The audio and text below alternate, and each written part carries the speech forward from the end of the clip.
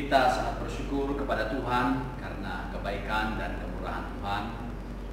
Sekalipun kita dalam situasi PKPB oleh karena pandemi COVID-19, tetapi kita tetap bersyukur kepada Tuhan karena kebaikan dan kemurahan Tuhan.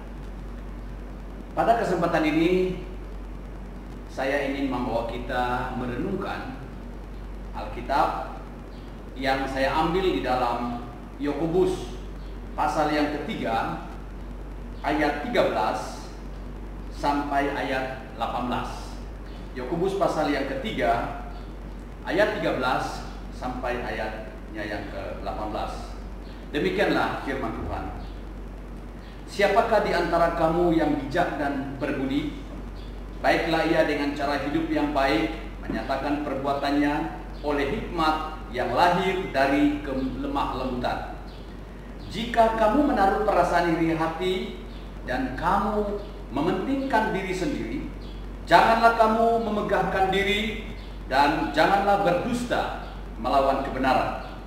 Itu bukanlah hikmat yang datang dari atas, tetapi dari dunia, dari nafsu manusia, dari setan-setan. Sebab di mana ada iri hati dan mementingkan diri sendiri, di situ ada kacauan dan segala macam perbuatan jahat.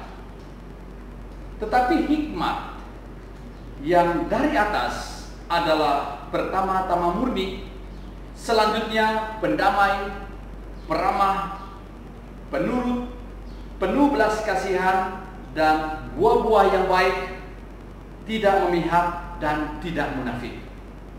Ayat yang terakhir, dan buah yang terdiri dari kebenaran ditaburkan dalam damai untuk mereka yang mengadakan damai.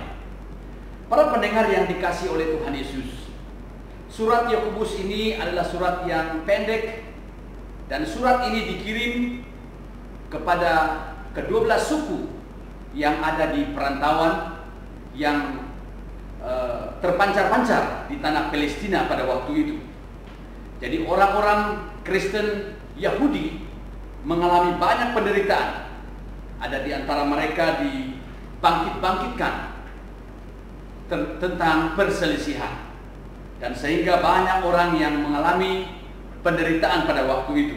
Oleh sebab itulah Yakobus menulis surat ini untuk menghiburkan mereka yang mengalami penderitaan dan mengajar, bahkan menegur mereka yang melakukan hal yang tidak baik. Nah, oleh sebab itu, saudara pendengar yang diberkati oleh Tuhan, surat ini menjelaskan tentang hikmat dan kebijaksanaan. Dari teks pembacaan kita tadi, saudara, saya menyimpulkan satu tema, yaitu hikmat yang palsu. Hikmat yang palsu. Kalau ada hikmat yang palsu, pasti ada hikmat yang benar. Nah, tetapi pada kesempatan ini saya akan menjelaskan tentang hikmat yang palsu berdasarkan penulisan Yakobus kepada ke-12 suku yang ada di perantauan pada waktu itu. Saudara pendengar yang dikasihi oleh Tuhan Yesus, hikmat yang palsu itu sumbernya dari mana, saudara?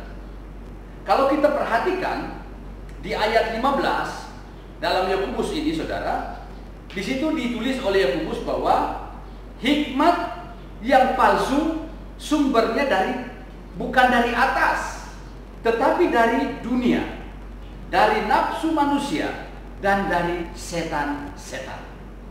Nah, artinya kalau hikmat yang palsu ini bukan dari atas, bukan dari Tuhan, tetapi dari nafsu manusia, dari setan-setan atau dari dunia ini, maka akan menimbulkan banyak hal.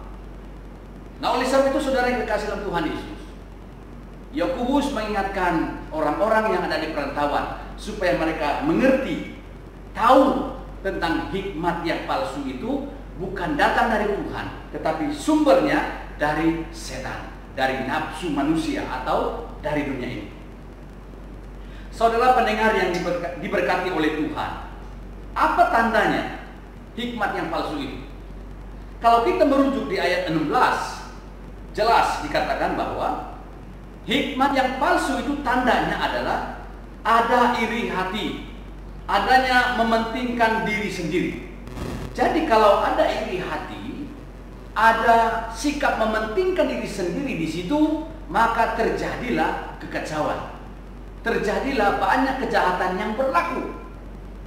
Nah, ini adalah tanda orang yang memiliki hikmat yang palsu. Saudara pendengar yang dikasihi oleh Tuhan Yesus, apa akibatnya orang yang memiliki hikmat yang palsu itu? Sesuai dengan penulisan Yakobus di ayatnya yang ke-16, kita perhatikan.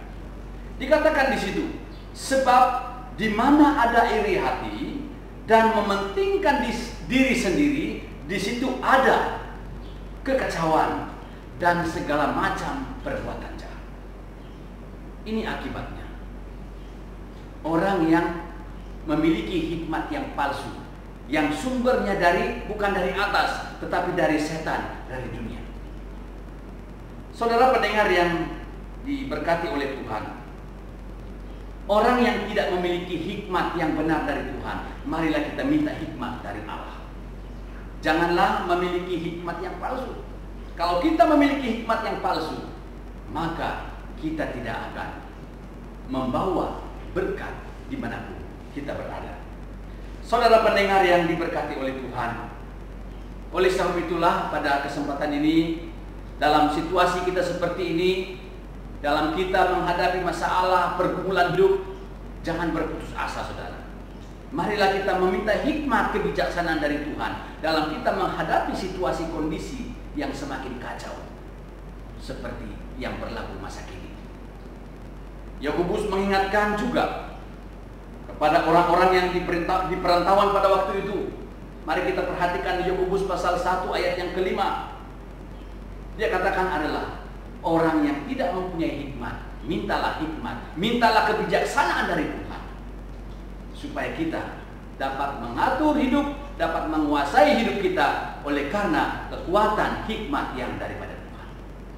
Janganlah kita mengandalkan hikmat yang palsu, karena hikmat yang palsu itu bukan dari Tuhan, tetapi dari dunia, yang akan menimbulkan, yang akan mengakibatkan terjadinya kekacauan, bahkan menimbulkan banyak perbuatan jahat yang berlaku di situ. Nah, dengan itu saudara, demikianlah perkongsian firman Tuhan untuk kita renungkan bersama-sama sebagai anak-anak Tuhan menjelang akhir zaman ini. Mari kita berdoa, saya pimpin di dalam doa. Terima kasih Tuhan untuk kebenaran firman-Mu, supaya firman-Mu ini mengambil tempat di dalam hidup kami, dan supaya kami menyadari bahwa hikmat yang palsu itu bukan dari Tuhan, tetapi dari dunia ini. Dan hikmat yang dari dunia ini menimbulkan kekacauan, kejahatan yang banyak. Dengan itu Bapa, berikan kami hikmat bijaksana dalam kami menghadapi situasi yang penuh dengan kekhawatiran, dengan kekacauan ini. Di dalam nama Tuhan Yesus yang punya firman, kami bersyukur. Haleluya. Amin.